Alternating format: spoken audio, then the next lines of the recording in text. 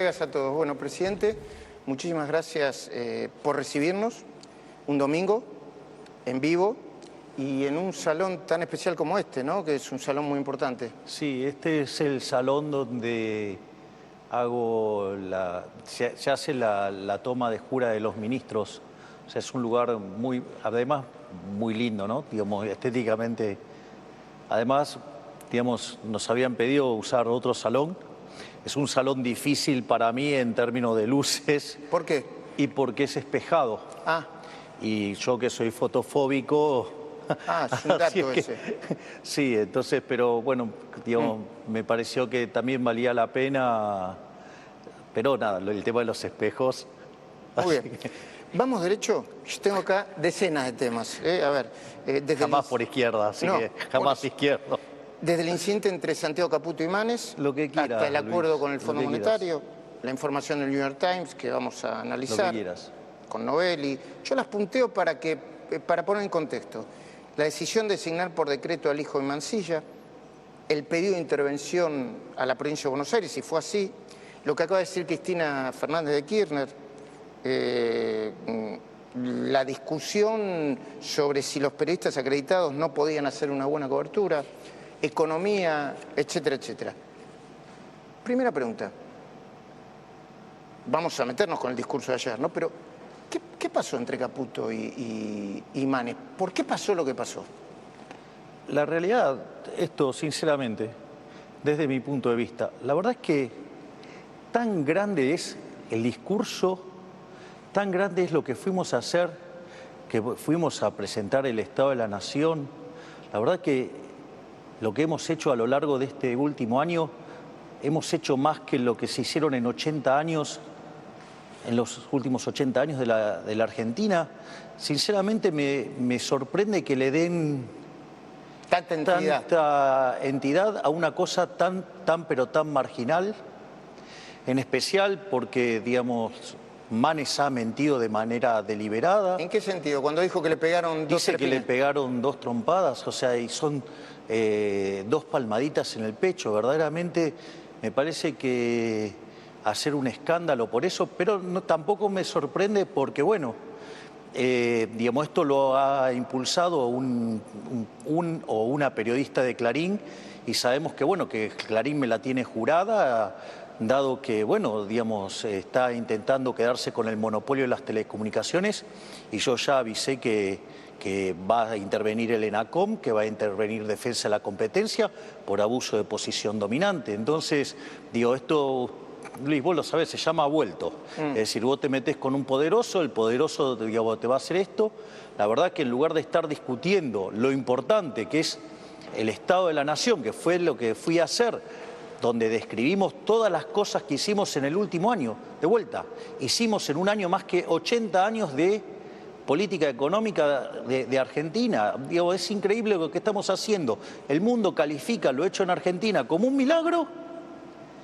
¿Y a vos te parece que esa es la discusión? Me parece que yo, digamos, o sea, parte lo entiendo, digamos, por el problema que Clarín tiene con el gobierno, parte lo entiendo porque considero que hay periodistas ensobrados, coimeros, corruptos, y parte porque debe haber periodistas con un coeficiente intelectual tan bajo que, como no pueden entender la cantidad de cosas que generamos, bueno, entonces se tienen que poner a una cuesta de niños, ¿no? Ya que le introdujo el tema, algunos dicen, che, Milei se está portando con el grupo Clarín igual que como se portaban los kirchneristas.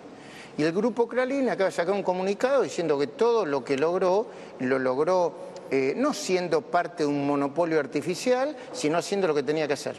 No, mucho del crecimiento del grupo Clarín desde lo que es el siglo XXI lo ha conseguido en base a negociaciones turbias con el Estado.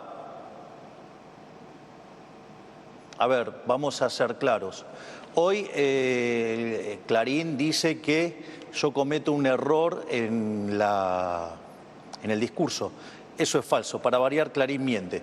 A ver, yo le voy a explicar algo. Es cierto, Clarín estaba muy endeudado en dólares.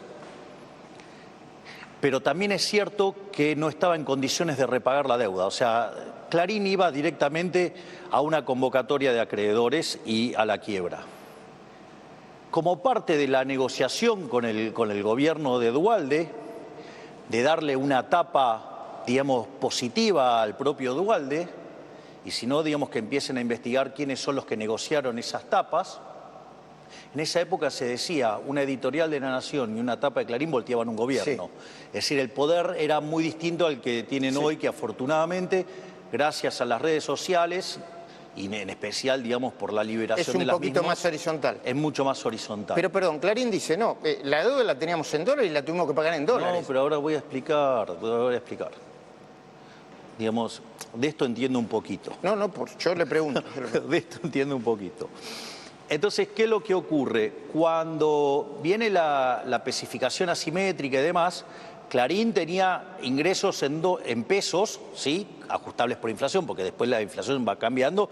El precio del diario de hoy no es el mismo que había en el 2002, por ejemplo, o en el 2001. Dicho esto, tenía la deuda en dólares y técnicamente estaba quebrado. Clarín entra en lo que es un concurso de acreedores, o sea, eso todavía no es una quiebra, es un concurso, es donde se empieza a negociar la deuda con los acreedores.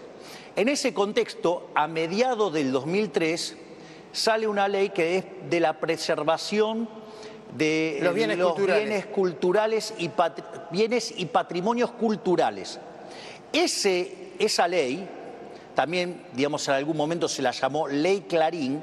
Dentro de esa ley había una modificación a la Ley de Concursos y Quiebras, que decía que entonces no podían avanzar los acreedores sobre esos bienes. ¿Esto qué quiere decir? Usted entró a un concurso de acreedores y en ese concurso de acreedores, como esos bienes no se podían, digamos, los acreedores no podían avanzar sobre los bienes, ¿qué pasó con esos títulos de deuda? Prácticamente se derrumbaron. ¿Por qué? Porque no tenían poder de negociación los acreedores. Y entonces usted dice que los favoreció. ¿Y a usted qué le parece? A usted, digamos, o sea, vamos a negociar, suponete que tenés una deuda conmigo y ahora no podés ejecutar mi activo. ¿Cuánto vale tu deuda? Menos. Ahora no, vale lo que yo quiero pagarte. Ok. Pero no es todo eso, Luis, porque esto es muy importante. Dicho esto, que modificaron, ¿sí?, a beneplácito de Clarín y otros más, la ley de quiebras camuflada en esa ley, el día que manda Clarín la convocatoria de acreedores, en ese momento la convocatoria requería 67% de los votos. Como no los tenían, al otro día hicieron una reforma de la ley y lo que hicieron es llevarlo a 51. Y esto es un escándalo. Es un escándalo. Y ni que hablar, digamos, de los negocios que le habilitó Néstor Kirchner con la fusión, digamos. Después se pelearon, pero... Bueno, en el medio y del punto de vista político, ¿no tiene la misma reacción que el kirchnerismo?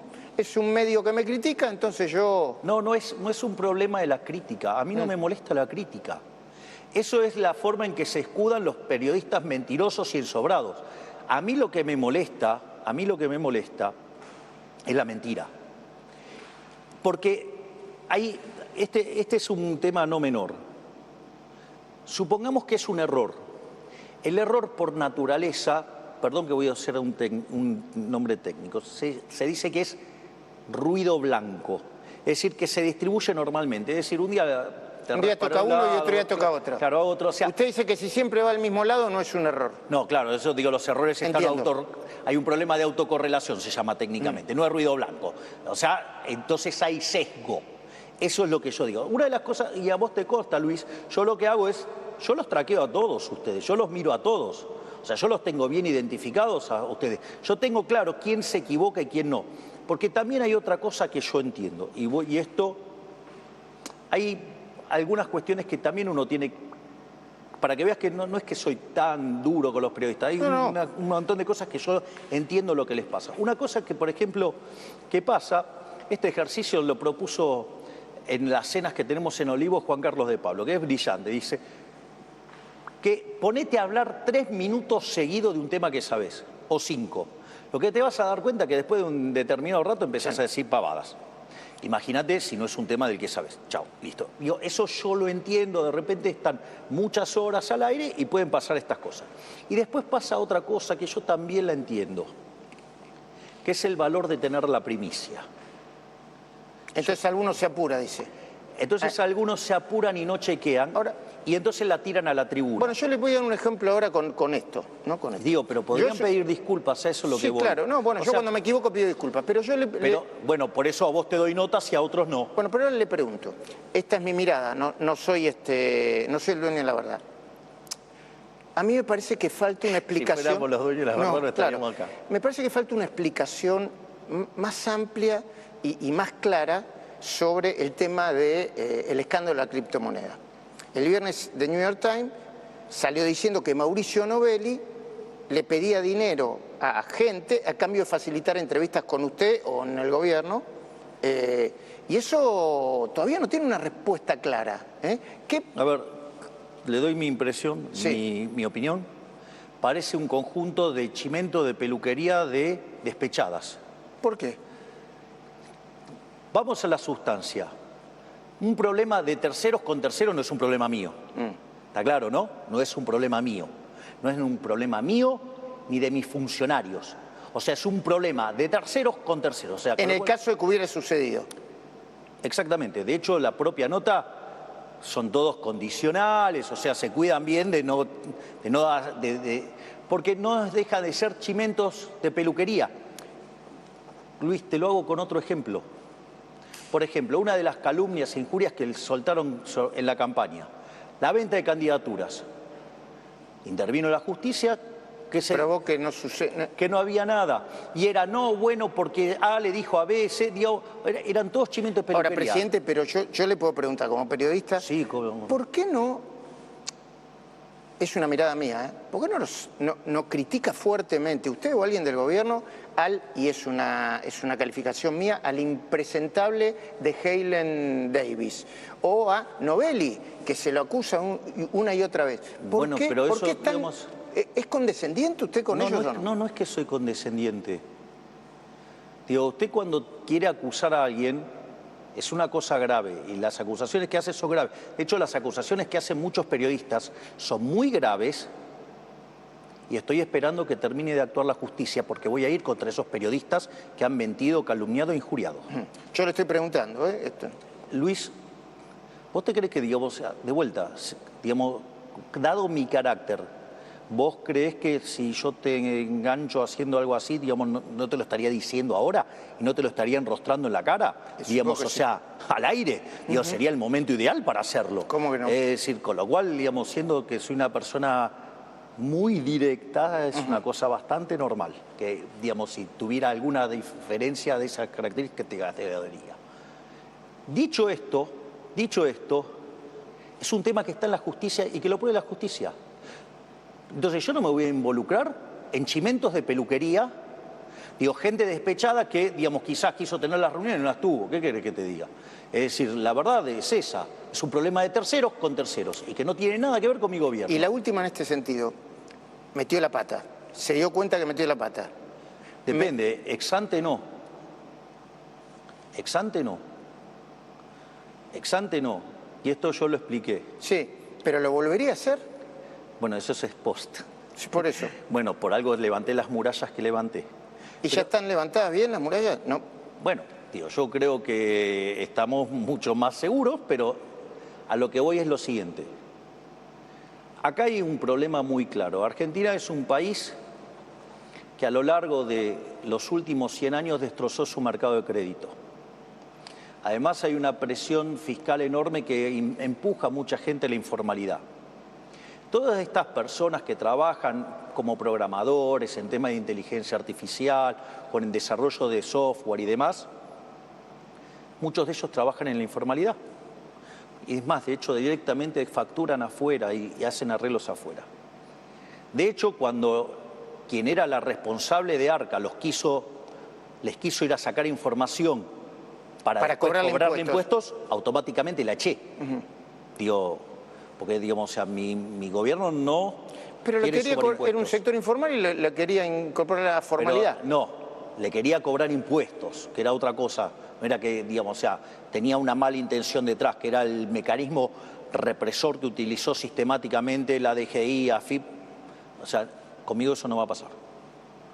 Dicho esto, a lo que voy es lo siguiente.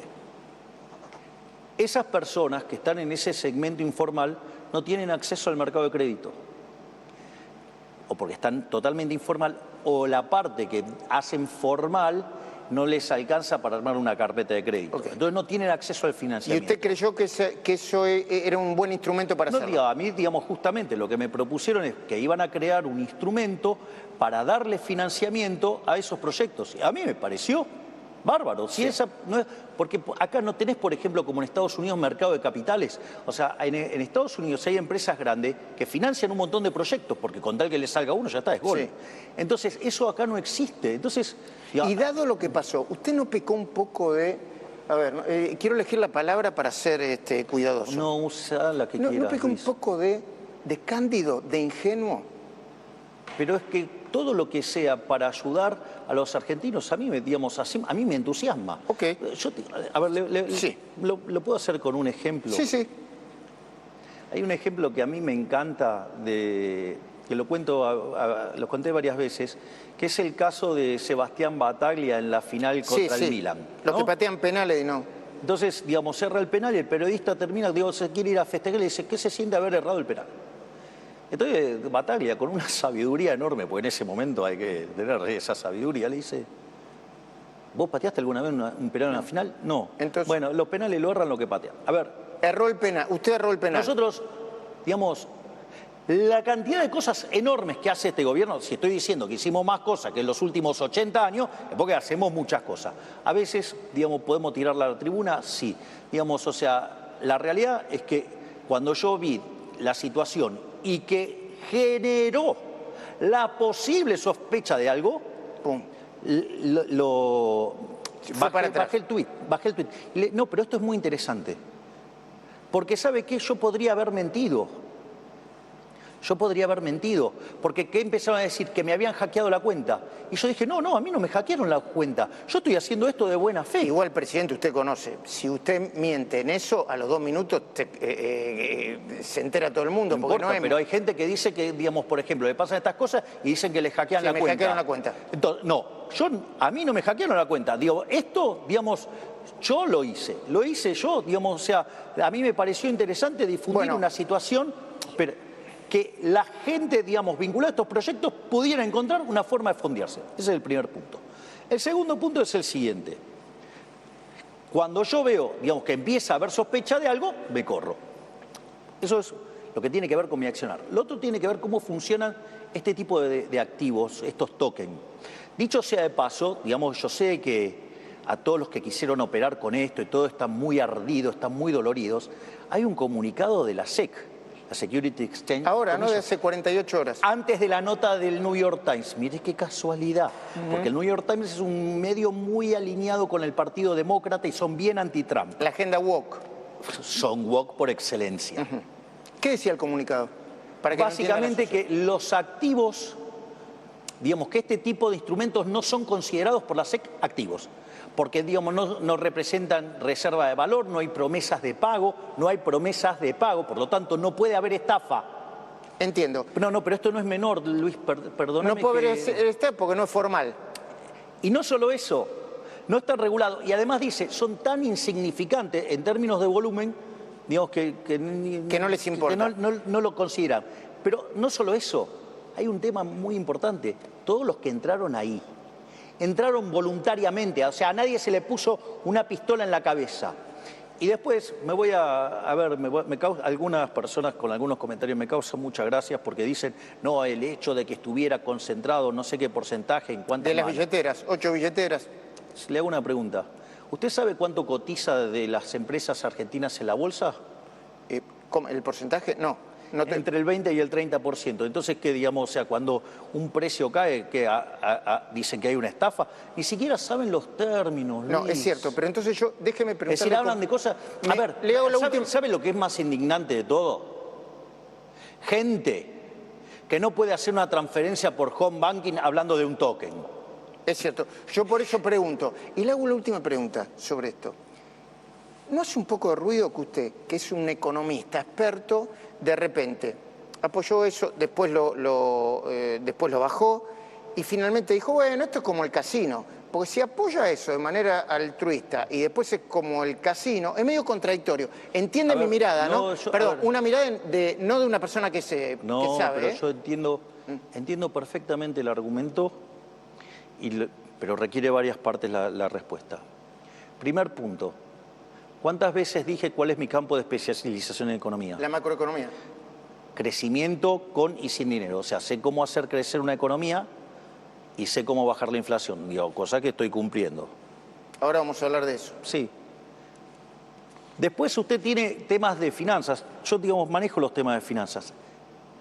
Pero todo el tema de criptomonedas y los tokens, esto es un instrumento hiper sofisticado, que... Entonces, ese es el primer punto. O sea, uno no sabe de todo, sabe de algunos campos. Esa es la realidad. Lo admite.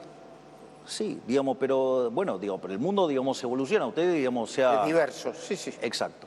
Eso, por el lado, de cuál es mi especialización, yo, sé de esas cosas. Lo otro que es interesante, yo entiendo, vi a un periodista de TN hacer el comentario propio de una persona con déficit de coeficiente intelectual, diciendo, no, la analogía con el casino es mala. Yo, uno trata de hacer ejemplos para que la gente comprenda.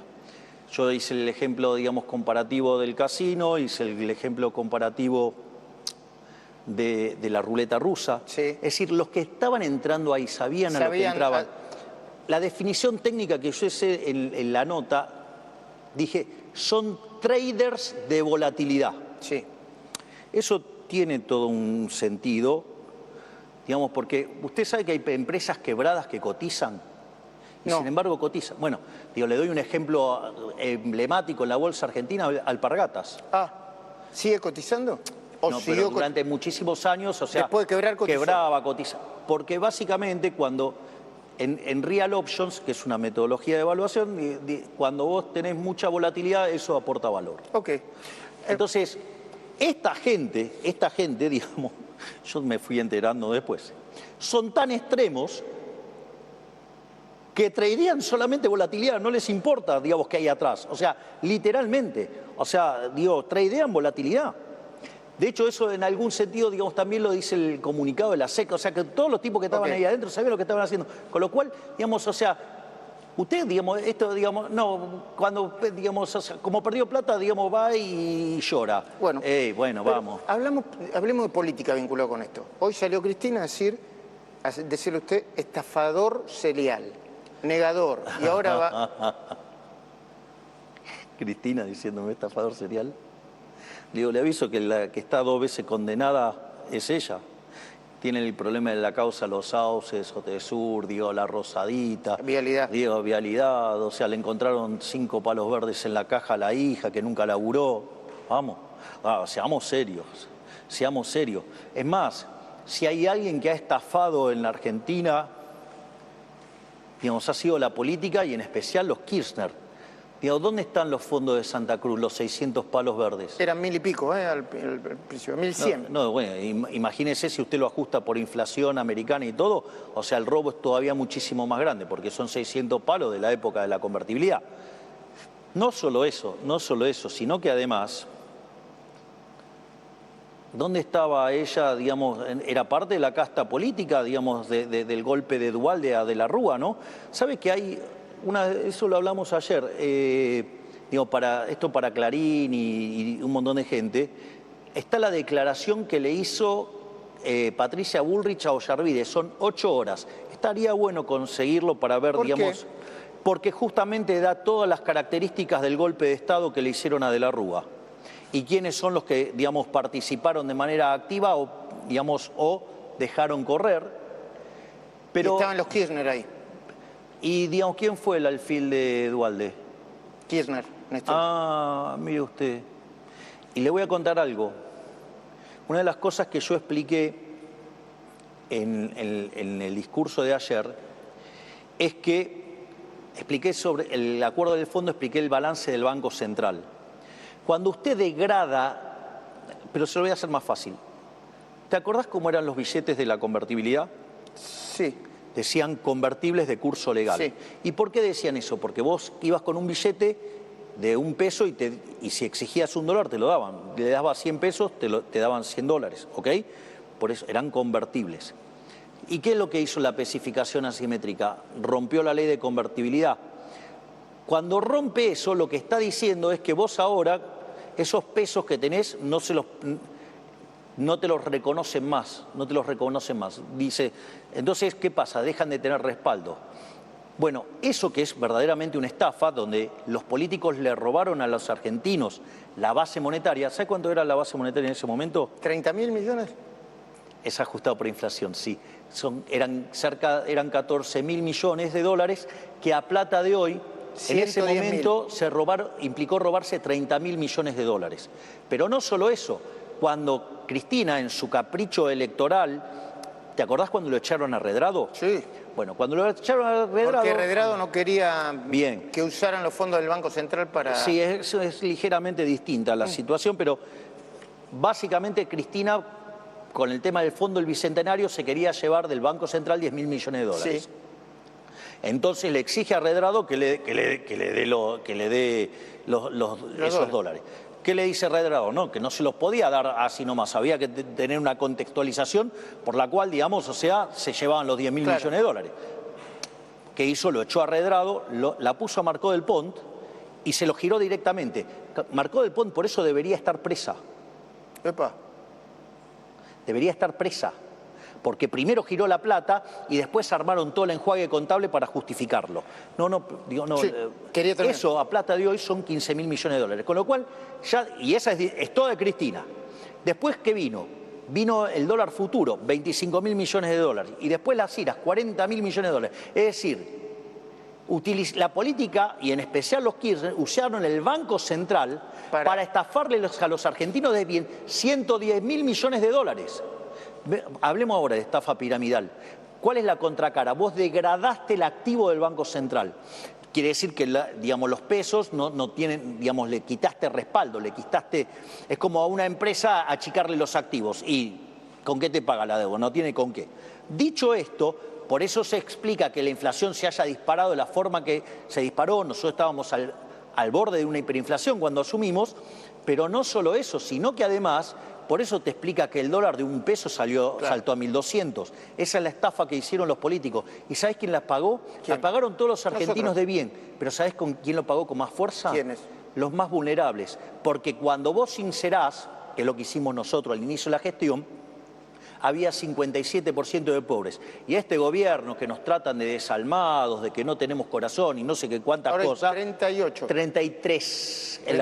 33. Sí, en la última frecuencia mensual que mide la Universidad Torcuato de Itera. Te cuento que las metodologías son similares, la de SED, Lo que pasa es que una mide más rápido. En distintas frecuencias, exactamente. Y el INDEC la mide en una frecuencia semestral.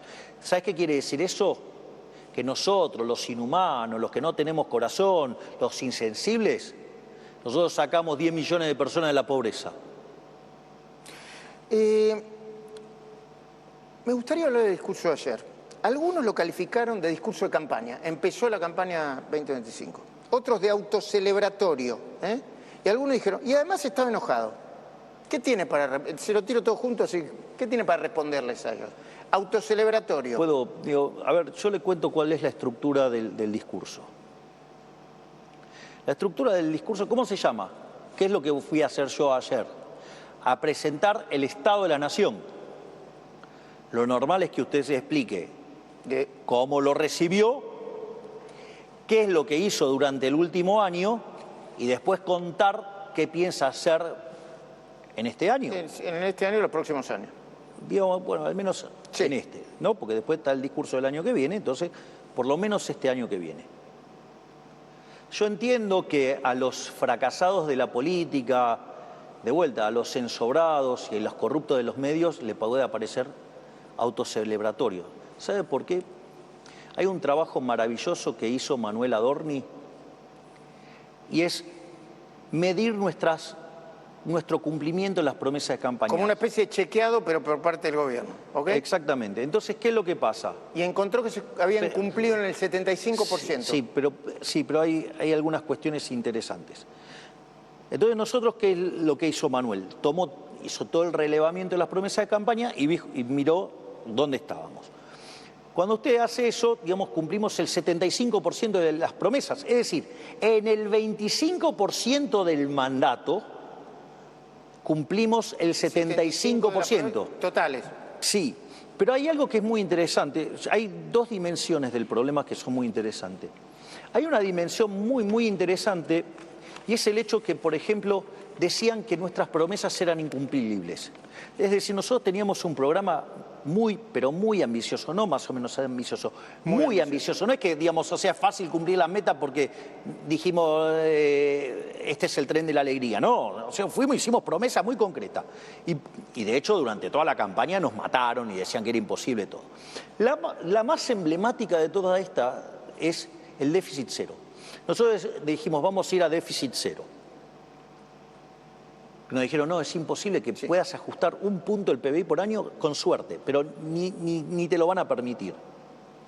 Superávit financiero, superávit primario. Nosotros alcanzamos el superávit financiero en enero del 24. Digo, fue increíble, sinceramente. ¿Ustedes no lo creían? Ni nosotros nos creíamos que había pasado eso, que lo podíamos lograr. Después dijeron que eso no lo íbamos a poder mantener en el tiempo. No solo que lo mantuvimos todo el año. Sí, es más, hemos pagado deuda. ¿Sabe que nosotros bajamos 30.000 millones de dólares la deuda? La deuda. Es decir, nosotros sí nos desendeudamos en serio. Es más, el número del mes de enero de este año ha sido tremendo. Tuvimos un superávit primario de 2.5 billones y un superávit financiero, o sea, después de pago de intereses de 0.6 billones, 600.000 millones. Digo, entonces, la política fiscal es... Entonces, en 123 años no lo logró nadie y nosotros no lo logramos en un mes. ¿Usted no le parece que es algo para festejar? Sí. Punto uno. Cuando dice el mejor gobierno de la historia... Entonces... Bien, exacto. Sí, estoy dispuesto a contestar todo. Digo, lo que pasa es que demanda tiempo. No importa. ¿Estamos con tiempo? Me dicen, ¿eh? Sí, ¿no? Estamos bien. Sí. Si no, decirle al que viene atrás que nos dé un poquito de tiempo. No, está José del Río esperándonos. Le mando un saludo grande a José. Ahora, vamos por otras cosas. La reforma estructural más grande de la historia argentina la hizo Menem. Nosotros, con básicamente el 15% de la Cámara de Diputados y 10% de la Cámara de Senadores, entre el DNU y la Ley Bases hicimos una reforma estructural 8 veces más grande. ¿Sí? Una reforma 8 veces más grande. Ahora, ¿se quedó ahí? No.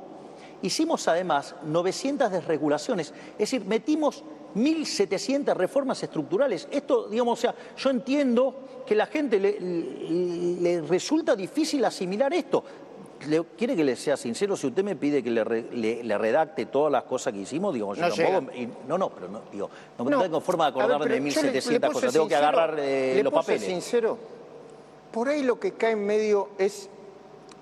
A mí no, que la gente piense lo que quiera. El mejor gobierno de la historia. Porque somos el mejor gobierno de la historia.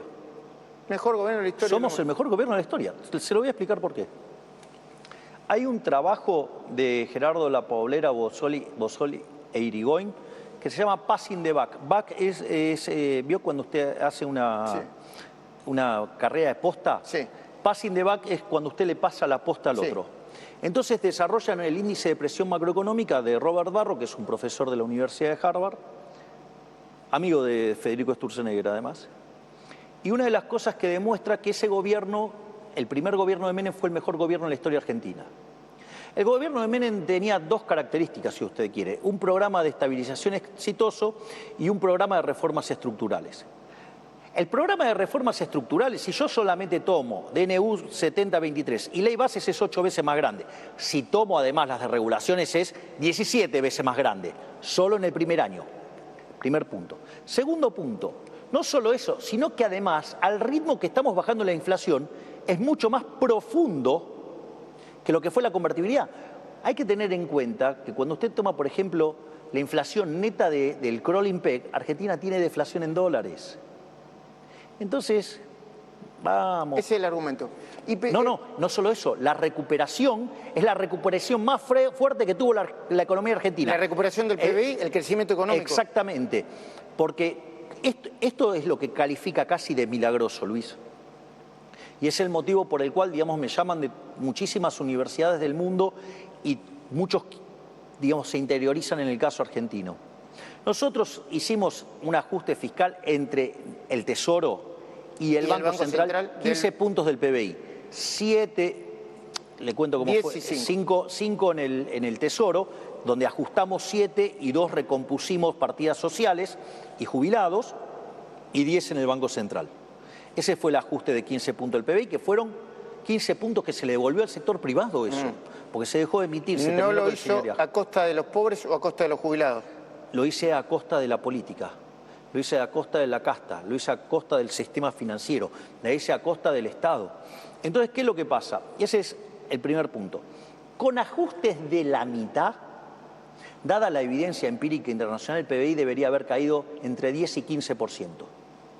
Nosotros agarramos el PBI en frecuencia trimestral con un arrastre estadístico de 2,8. Es decir, que si quedaba en 2,8 no cayó nada la economía con nosotros. Va a terminar con una caída en la frecuencia trimestral del 1,8. ¿Qué quiere decir esto? Que entonces la economía creció. Porque si arrancamos en menos 2,8 y está a 1,8 negativo, digo, quiere decir que la economía creció. ¿Y eso por qué sucedió? No, espere un segundo. Y ahí lo que usted tiene es que el PBI, la frecuencia mensual, se llama EMA, estimador mensual de la actividad económica. Si lo toma el desestacionalizado, terminamos 4,8% arriba de diciembre. Es decir, nosotros metimos el ajuste fiscal más grande de la historia, que decían que no lo podíamos hacer. Dijeron que no íbamos a poder bajar la inflación a pesar del ajuste y cortar con la emisión. Decían, no, se va a estacionar en 30, después en 20, después en 8, después en 4, y que no la íbamos a poder bajar más. Acá vamos. ¿Sabe que el dato de enero, del IPC, que dio 2,2, cuando usted lo corrige por estacionalidad, da 1,8? Pero no importa, o sea, quiero marcar, digamos, cómo... La tendencia. Lo importante es la tendencia, porque usted va a tener volatilidad, qué sé yo, no sé cómo va a ser febrero, pero con el tremendo impacto que tuvo la carne, puede ser que se desacomode. ¿Y puede ser que abril empiece con 1 la inflación? Y es muy probable. Ahora, pero sí, por favor, Luis, perdón que te interrumpa, pero hay cosas del argumento que me parece que vale la pena. Porque después de eso, ¿qué nos dijeron? Que se iba a derrumbarle el nivel de actividad. ¿Cómo terminamos? 5% arriba. ¿Qué dijeron? Que íbamos a hacer explotar la cantidad de pobres indigentes. Y sin embargo, sacamos del 57 al 33, sacamos de la pobreza 10 millones de seres humanos. Digo, 10 millones de argentinos que dejaron de estar en la pobreza. Entonces, y esto se debe... parte por la recuperación cíclica. Fíjese que Argentina tocó un piso en abril y a partir de ahí lleva como 10 meses seguidos casi creciendo. Lo mismo con los salarios reales, es decir, los salarios ganándole la inflación. ¿Los salarios crecieron? Porque en dólares están caros. ¿Por qué están caros? Dígame usted, es el presidente. Para mí no están caros. Para mí no están caros. Los precios están caros. Los precios en dólares están caros. No sé, digamos, a mí yo no tengo la sensación. Yo lo que creo es que puede ser que, si usted me dice, digamos, hay mucho empresariado que habitualmente no estaba acostumbrado a competir, con una economía profundamente inestable, donde el stock de capital era chiquito, y con un stock de capital chiquito, digamos, tenían retornos enormes que le permitían llevar una vida holgada. Bueno, entonces se van a tener que acostumbrar a competir y van a tener que acostumbrar a los empresarios de la ropa, los empresarios gastronómicos que el que quiera, digamos, se van a tener que acostumbrar que esta es una economía que va camino a destruir el riesgo país. Entonces, y después usted tiene que trabajar en la eficiencia, es un problema puertas adentro de la empresa, y lo que nosotros le estamos aportando a la población... Es el ahorro del 15% de... Sí, no solo eso, porque además el 5% de crecimiento también le suma. Pero fíjese que esto es importante. En la medida que yo bajo impuestos, eso permite que los salarios sean más altos. Entonces, bajamos el señoriaje en 15 puntos del PBI, que se lo devolvimos al sector privado.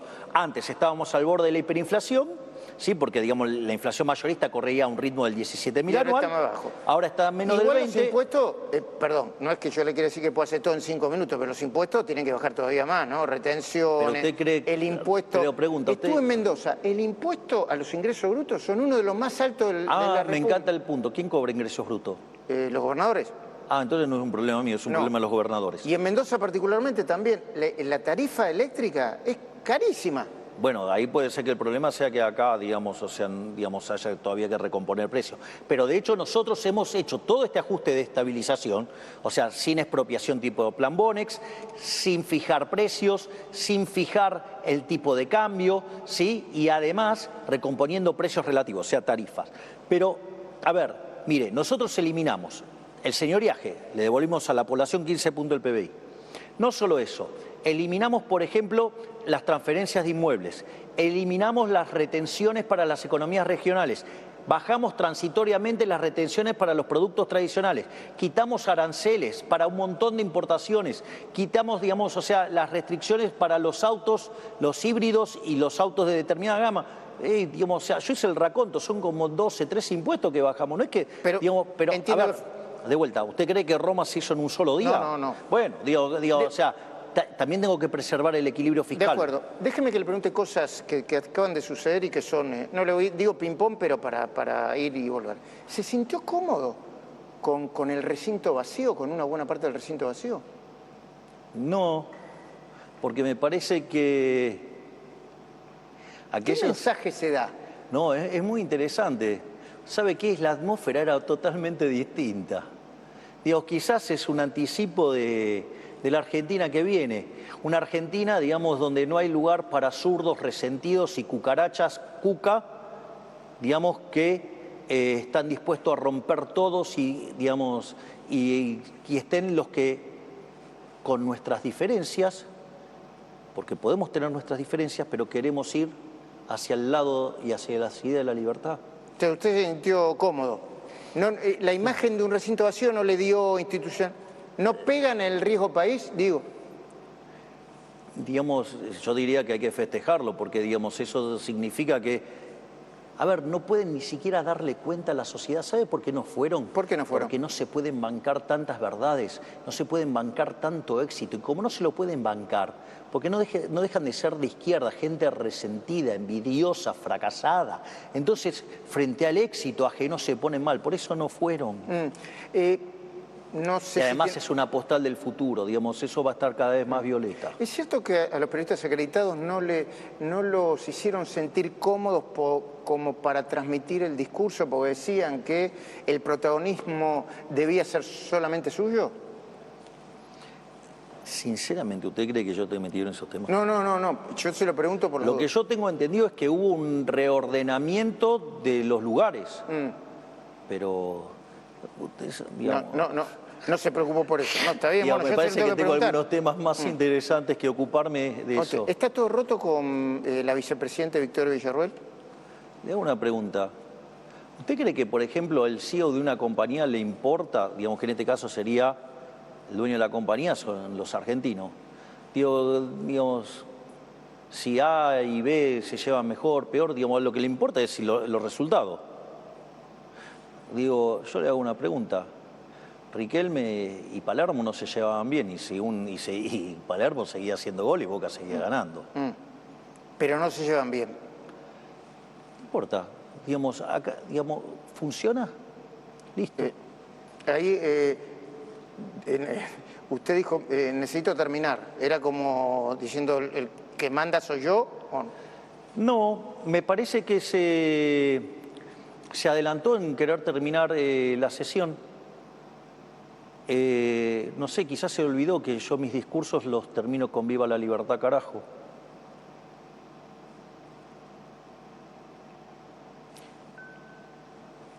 Qué silencio tenso, ¿no? Silencio tenso. ¿Por qué silencio tenso? No, digo, yo me estaba... Vos te pones tenso, no, yo no. No, yo estaba fantástico, yo estoy fantástico. Pero escúchame, o sea... Está bien.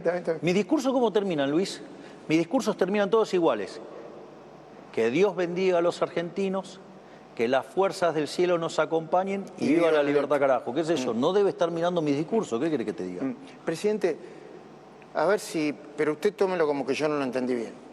¿Usted le pidió la renuncia a Kicillof?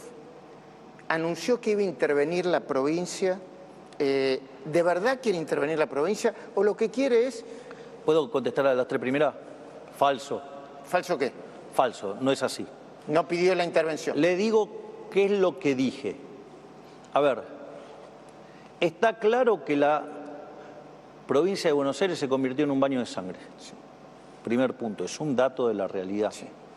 Perdón que lo interrumpa, acá está José Luis Esper, estaban... ¿Qué hace, profe? Estábamos trabajando en Olivos y vinimos juntos para acá con el profe. Ya que están hablando de la provincia de Buenos Aires, porque sé que venían hablando de eso precisamente. Obviamente, digamos, sí. O sea, estamos trabajando duro, digamos, y José Luis, o sea, digamos, va a ser candidato a diputado, digamos, por la provincia de Buenos Aires, por la Libertad Avanza, así que, digamos, o sea, y además es el jefe de la Comisión de Presupuesto, ¿no? El presidente de la Comisión de Presupuesto, o sea, tiene una comisión importante para este gobierno. Perdón por la interrupción, usted no dijo que iba a intervenir. Exactamente.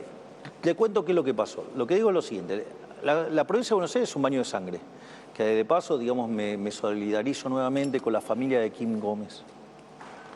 Pero... ¿Habló con la familia, perdón? No. No, porque me parece que es demagogia hacer eso.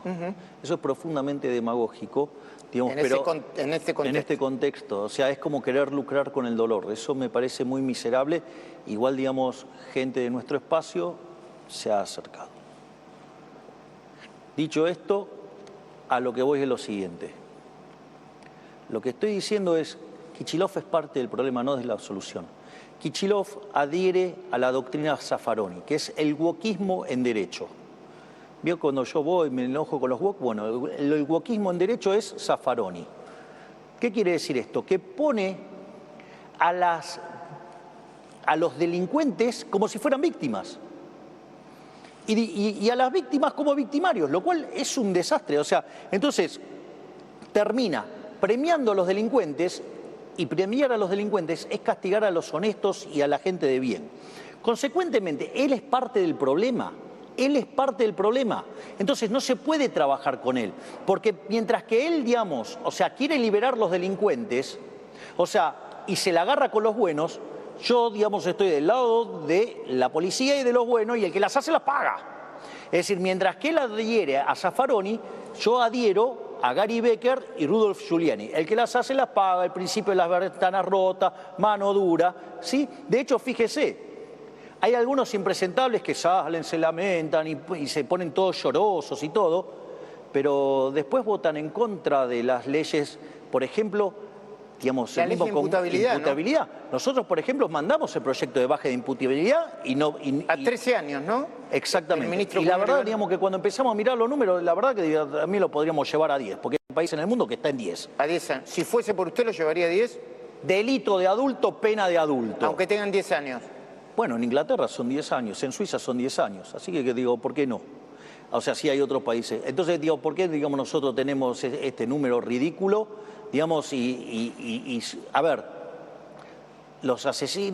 uno de los asesinos de Kim, 14. digamos, o sea, no podría haber salido y estaría preso, porque también hay que mencionar lo que hicimos con reiterancia, ¿no? Digo, la ley de reiterancia. Entonces, digamos que ese es un proyecto, reiterancia y reincidencia, proyecto nuestro para terminar con la puerta giratoria. Todo el mundo declaró el fin de la puerta giratoria y ponían a Zaffaroni. Usted se da cuenta, ¿no? Digamos, Zaffaroni ni siquiera tiene el physique to roll para ser juez penal. Zaffaroni, o sea, ¿no? Digo, parece una cargada. Ahora, pero entonces, intervención no. ¿Y qué pidió? No, ¿Y qué? No, lo que digo es, digamos, si verdaderamente él está preocupado, digamos, o consternado por lo que pasa con los bonaerenses, se tiene que correr porque es un inútil. Se lo dije varias veces que Kicillof es un inútil. ¿Qué es un inútil? ¿Y qué significa que se tiene que correr? Espere. Un inútil es alguien que no es útil para el cargo. Él no es útil. Entonces, si él verdaderamente está tan consternado por lo que pasa con la provincia de Buenos Aires, se tiene que correr. O sea, y nosotros nos hacemos cargo, pero él se tiene que correr. Yo no, digamos, no se puede trabajar. O sea, digamos, porque él quiere ir para un lado, porque él está a favor de los delincuentes y nosotros estamos a favor de los honestos. Entonces, mientras que nosotros combatimos a los delincuentes, él los premia. No funciona así. Entonces, digo, él es parte del problema, no de la solución. Nosotros, digamos, tenemos para mostrar soluciones. Por ejemplo, mientras que el kirchnerismo decía que perdieron la batalla contra los narcos, nosotros, con la doctora Bullrich, con el Plan Bandera, entramos en Rosario, bajamos la delincuencia en más de un 70%, digamos. Es más, hoy Argentina bajó los homicidios y es el país de Latinoamérica con menos homicidios del continente. Vamos, digamos, yo no, digo acá, digamos, cuando dicen es autoproclamatorio, ¿cómo es que dijeron? Autolaudatorio. No sé. Autocelebratorio. Autocelebratorio, no es un autocelebratorio, estoy describiendo los logros. Digo, estoy describiendo logros, o sea, digo, para lo que dicen eso. Kicillof dice que usted es el responsable del crecimiento del narcotráfico en nuestro país. Usted me está cargando. No, Kicillof dice. No, ya sé, pero es un chiste. ¿Cuánto tiempo llevo gobernando? 1 año y pico. Sí, 14 meses. Digo, el narcotráfico es un problema de ahora. Digo, recuérdele que alguien de su fuerza política se llamaba Aníbal Fernández. Aníbal Fernández. Baúl. Aníbal, sí, no. Baúl por la denuncia sí. que hizo, sí. Bueno. Ricardo López Murphy, que se fue en el baúl, él lo desmintió. Bueno, no importa. Bueno, sí. Aníbal. Dicho esto, ¿qué es lo que dijo? Que habían perdido la guerra contra los narcos. O sea, yo no era presidente en ese momento. Entonces, digo, pero ¿sabe cuál es el problema? Es que, digamos, como todo zurdo, Kicillof está flojo con los datos. Entonces, digamos, no tiene idea de los datos. Digo, bueno, hay que explicarle ayer, que en 1 año nosotros podemos solucionar el problema de inseguridad en la provincia de Buenos Aires. Absolutamente. ¿En 1 año? Sí. ¿Cómo? A ver, le hago una pregunta. ¿No decían, ¿saben cuántos piquetes había cuando nosotros llegamos al poder? Había 80 por día, ¿no? ¿No? 8.300 al año. 8.300 al año. ¿Saben cuánto es en los últimos 10 meses? Cero. Decían que era imposible. ¿Sabe de qué es lo que caracteriza a este gobierno? ¿Qué? De hacer posible lo que la casta política dice que es imposible. Hablando de seguridad y piquetes, el jefe de gobierno de la ciudad, Jorge Macri, dijo, che, los piquetes también, nosotros también terminamos con los piquetes, lo hicimos juntos en todo caso. Y dijo que si se nos escapan los presos tenemos que trabajar todos juntos. Y hago una pregunta, ¿y cuántos años lleva el PRO gobernando la ciudad? Muchos, ¿no? Antes de Jorge, digamos, 16 años. Horacio Larreta, Mauricio Macri. ¿Y por qué me hace esa pregunta? ¿Qué me quiere decir? Porque antes había piquetes y demás cosas y no lo arreglaban. Se arreglaron durante nuestro gobierno, con nuestra acción, con la acción de la ministra Bullrich. No, digamos, o sea, no que querramos llevarnos crédito que no tenemos, ¿no? A ver, le digo, tanto Kicillof como Cristina, como Massa, que ahora apareció de nuevo, no había aparecido últimamente, lo digo, es descriptivo. Porque lo describo, lo digo descriptivo. Dicen que usted subió a las redes el tema de la respuesta a Kicillof justo en el momento en que se estaba divulgando o antes de divulgar la nota del New York Times. ¿Eso es cierto? ¿Lo pensó así? No tenía ni idea de la nota del New York Times. No, ellos digo, bueno, pero es que, ¿sabe qué es lo interesante? Que el ladrón crea a todos de su misma condición. Entonces, digo, creen que, digamos, o sea, yo actúo así, no, ellos son los que actúan así. ¿Quién es su verdadero adversario? ¿Cristina Fernández de Kirchner, viuda Kirchner, Kicillof o Massa? No, mi adversario es la decadencia argentina, terminar con la decadencia argentina. Yo, digamos, o sea, yo no pienso en esos términos. Yo vengo acá, mi enemigo es la inflación, mi enemigo es el desempleo, mi enemigo es la pobreza. Esos son mis enemigos. O sea, yo trabajo para hacer crecer la economía, para hacer grande la Argentina nuevamente y terminar con la inflación y con la pobreza de una vez por todas. Acuerdo con el fondo. ¿Me podría dar detalles? ¿Qué se está discutiendo de verdad? Le pregunto, ¿no? Hablé con algunos especialistas, usted me corregirá. Monto de la deuda, no sé por qué, condiciones. No, porque me encanta, digamos, o sea, los especialistas que hablan que no saben nada, o sea, que no tienen nada de información. Yo le pregunto, ¿qué estamos, van a ser 10.000, 20.000? ¿Va a venir en mayo? A ver, le cuento... Lo que se puede contar, ¿no? Bueno, por eso. Lo que nosotros estamos negociando es un nuevo préstamo que implica una determinada cantidad de fondos frescos. Esos fondos frescos ingresan al Tesoro, pero a diferencia de lo que hicieron todos los gobiernos delincuentes de este país, que tomaban los fondos del Fondo Monetario y se los vendían al Banco Central y se llevaban pesos para gastar, nosotros esos fondos que vamos a recibir del Fondo Monetario Internacional los vamos a aplicar para cancelar deuda que tiene el Tesoro con el Banco Central. ¿Y nada más? Nada más. ¿No para operar sobre el tipo de cambio? Ahora le explico. Perdón. Sí, porque esto es muy importante. Usted me habrá escuchado repetir hasta el cansancio que la inflación es siempre y en todo lugar un fenómeno monetario generado por un exceso de oferta de dinero, ya sea porque cae la demanda, porque sube la oferta, y eso hace que el poder adquisitivo del dinero caiga, y todos los precios expresados, unidades monetarias, suben, y el tipo de cambio es un precio más de todos esos. Ese es el concepto. Nosotros esos fondos que recibimos los vamos a utilizar para pagarle la deuda, parte de la deuda que tenemos con el Banco Central, que el Tesoro tiene con el Banco Central. De esa manera, el activo del Banco Central se fortalece. Y dada la base monetaria, quiere decir, y dado los pasivos monetarios, el patrimonio neto del Banco Central mejora. Eso hace que el nivel de precios de largo plazo caiga y por ende la tasa de inflación subyacente que tiene la economía caiga. Es decir, es una forma de terminar con el problema de la inflación en Argentina. Ahora, el tema es, pero yo le digo que la deuda bruta no sube. ¿Por qué? Porque estoy usando deuda para cancelar deuda. Ese es el primer punto. Si usted quiere la deuda externa, lo hablábamos con el profe Esper cuando veníamos, tampoco aumenta.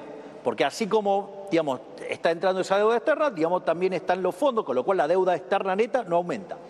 Pero esto es muy interesante, porque ¿qué podría decir el típico político empobrecedor argentino? No, bueno, pero la deuda neta está subiendo. Ahora, ¿sabe que si usted dice que la deuda neta está subiendo, significa que no están reconociendo como deuda la base monetaria? Esto quiere decir que están diciendo implícitamente que le quieren romper el totó a los argentinos con la inflación. ¿Quiénes están diciendo eso? Los políticos que digan que es un incremento de la deuda neta, porque en el fondo lo que están diciendo es que no le reconocen los pasivos monetarios del Banco Central como deuda, es decir, que usted eso lo tendría que estar pagando como inflación. Obviamente que alguien entonces podría decir, bueno, entonces vos me estás diciendo que estás cambiando un impuesto explícito por un impuesto implícito que es la inflación. Deuda por deuda.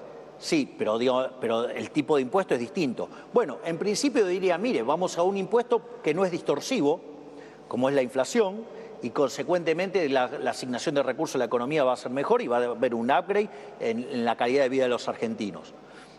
No solo eso, sino que además, que esto es muy interesante, es un impuesto que pega con más fuerza sobre la cantidad de pobres. O sea, cuando usted mira los logros que nosotros impresionantes que tuvimos en materia de reducción de la pobreza, ¿en dónde se explica? Se explica en la baja de la inflación, en la suba del salario real, en la suba de las jubilaciones en términos reales, en el aumento de la UH y en el aumento de la tarjeta alimentar.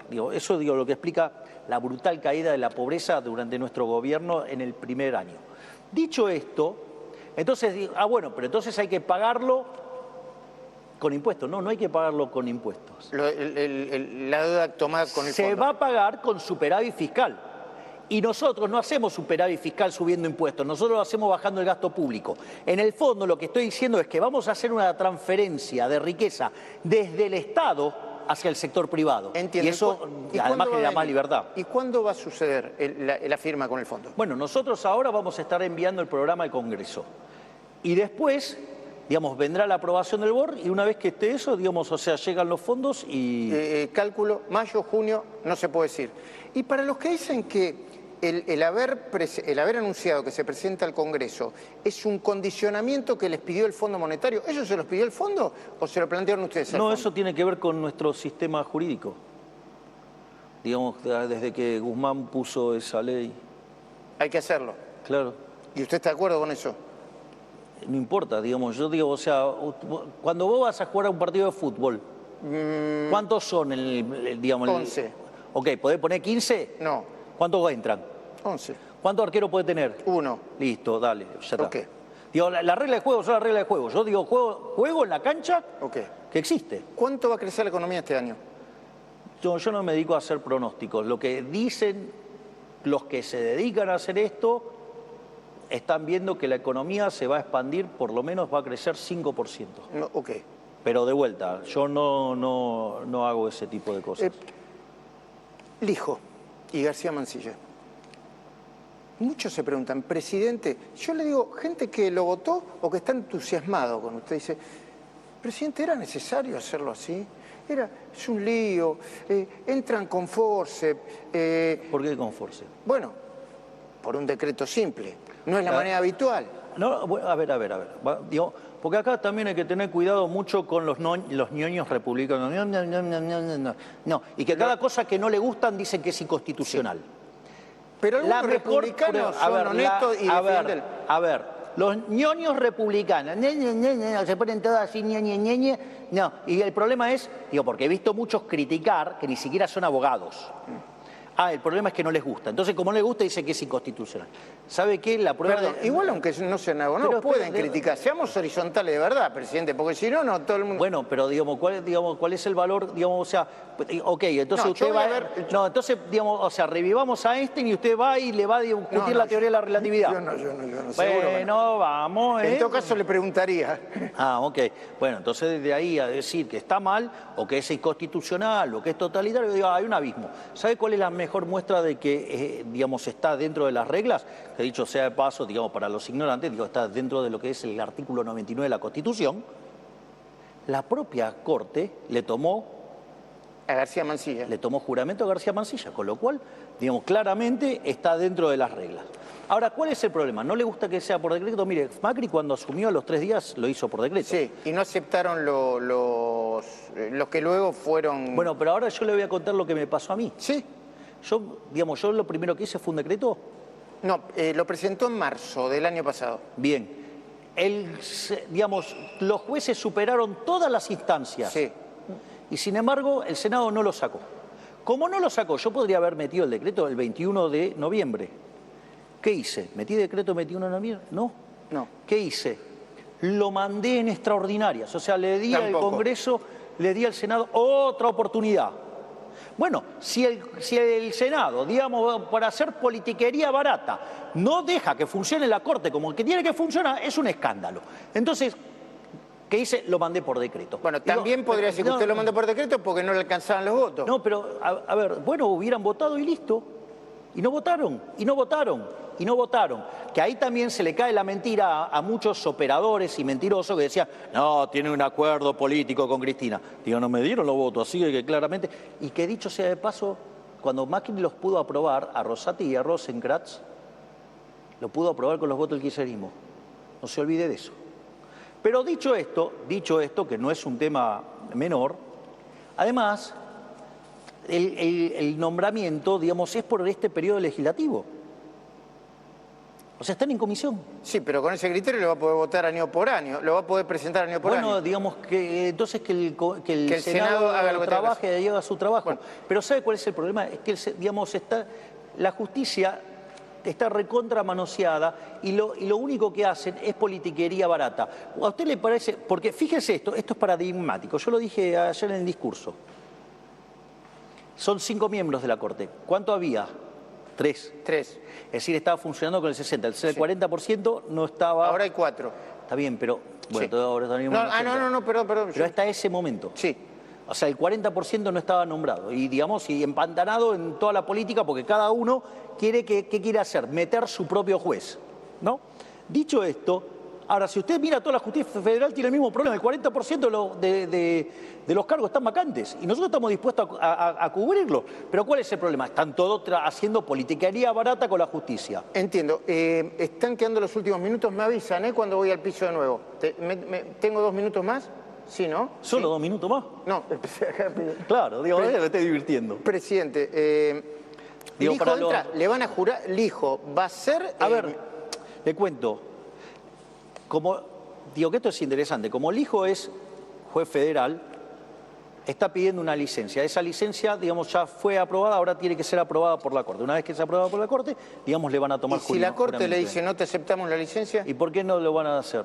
No digamos, se lo acepta Casación. Digo, ¿por qué no se lo va a aceptar la Corte?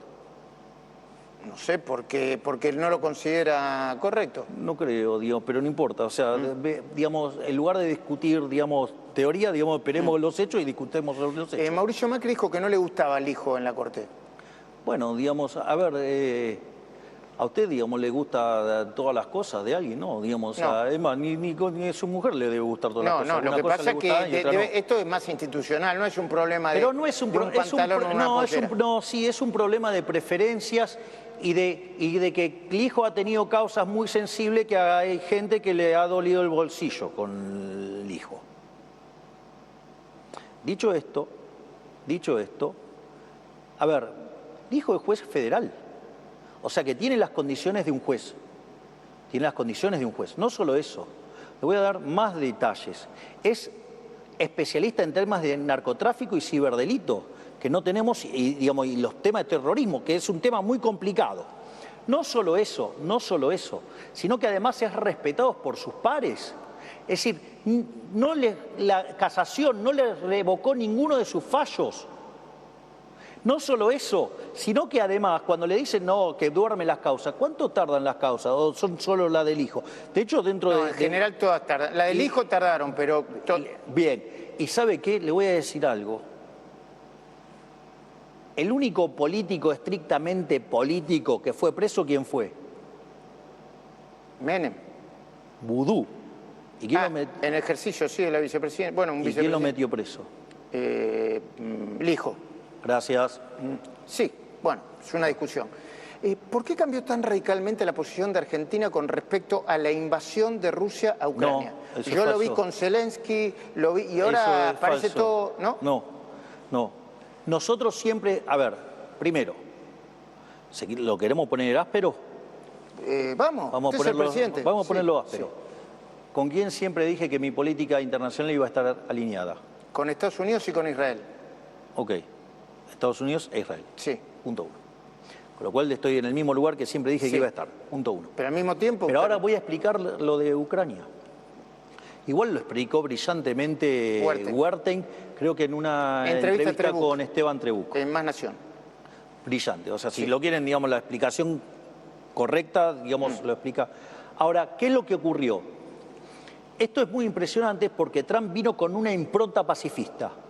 Está trabajando activamente en el conflicto de Medio Oriente, está trabajando activamente en otros conflictos que, digamos, están ocurriendo y él está trabajando activamente y a mí me consta, no los puedo revelar, porque es información del Estado, y está trabajando activamente por la paz entre Ucrania y Rusia. Entonces, se abrió una ventana para llegar a la paz. Y esto no cambia en un ápice su posición. Pero de hecho, digamos, ¿qué es lo que yo hice? Hicimos en una línea en la cual, digamos, favorecemos la paz. Es decir, porque de vuelta, la diferencia entre Ucrania y Rusia, si no llega a tener el apoyo de Estados Unidos, Trump se lo dijo. Sí, sí. Entonces, yo trabajo por la paz. A mí me preocupa fuertemente el pueblo ucraniano. Es decir, y que haya una paz y que se terminen las muertes y que negocien en un escritorio y no con sangre en el medio. Ese es el eje central. Presidente, pero esa siempre fue mi postura a favor de la paz. Le tengo que hacer las últimas dos antes que le tengo que entregar a mi compañero, si no van a decir que soy un maleducado y no quiero. José, discúlpame un segundito. Las disculpas te las debo yo, José. Soy yo el que lo está extendiendo. Te pido perdón. Sí, que sigamos. Perdón, digamos, José. ¿Cómo? ¿Perdón? Esto es todo en vivo. Sí, lo voy a despedir tranquilo, está bien. No, bueno, pero que le lleguen mis disculpas a José, que nos estamos extendiendo por mi culpa. ¿Es consciente de que una interna salvaje con el PRO, yo creo eso, que puede terminar perjudicando fuerte al oficialismo y favoreciendo a Cristina Massa y a Kicillof? Empieza una interna salvaje y los perjudica a los dos, igual que los perjudicó a Patricia Bullrich, Horacio Rodríguez Larreta, una interna salvaje. ¿Y cuál es mi intención? Sí, pero Caputo y Karina Milei quizá no quieren eso. Su intención es hacer un acuerdo con... Acá está Esper. ¿Puedo hacer un punto? Sí, cómo no. Usted es el presidente, sí. Bueno, está bien, pero este es tu programa. No. Digo, si hay algo que respeto es el derecho a propiedad. Está bien, el programa es tuyo, no mío. Está bien, pero... A ver, vamos por este punto. Mi hermana tiene un rol muy importante en términos políticos. Santiago es una mente verdaderamente brillante, es un fuera de serie, pero el presidente de los argentinos soy yo. Y el que toma las decisiones soy yo. Y acá, mi objetivo es terminar de una vez por todas con el kirchnerismo. Entonces yo voy a agotar todos los esfuerzos habidos y por haber para que los que estamos del lado de las ideas de la libertad y de la república estemos juntos. Entiendo. Y terminemos de ponerle el último clavo al cajón del kirchnerismo. Entiendo. De vuelta, metafóricamente, que estuviste muy bien en la previa en decirlo, porque a veces algunos se enferman de literalidad. Ok, Santiago Caputo está bien en el gobierno, ¿no? Porque por estas dos últimas, por lo que pasó en la entrevista anterior y que fue un error reconocido por el gobierno y por... También fue un error, se habló, digo, para mí, digamos, o sea, eso no se debería haber hecho.